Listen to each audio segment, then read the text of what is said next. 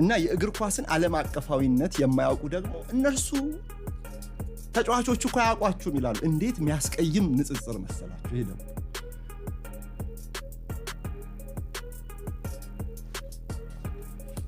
ቶም ክሩዝ አውቋችሁ ነው እንደ ፊልሙን ስታዩ የነበረው?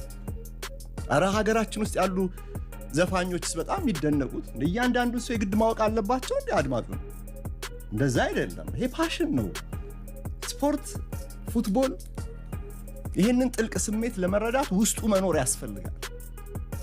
ማህበረሰባዊ ፋይዳውን መረዳት በደንብ የፉትቦልን ምንነት መመርመር ይጠይቃል።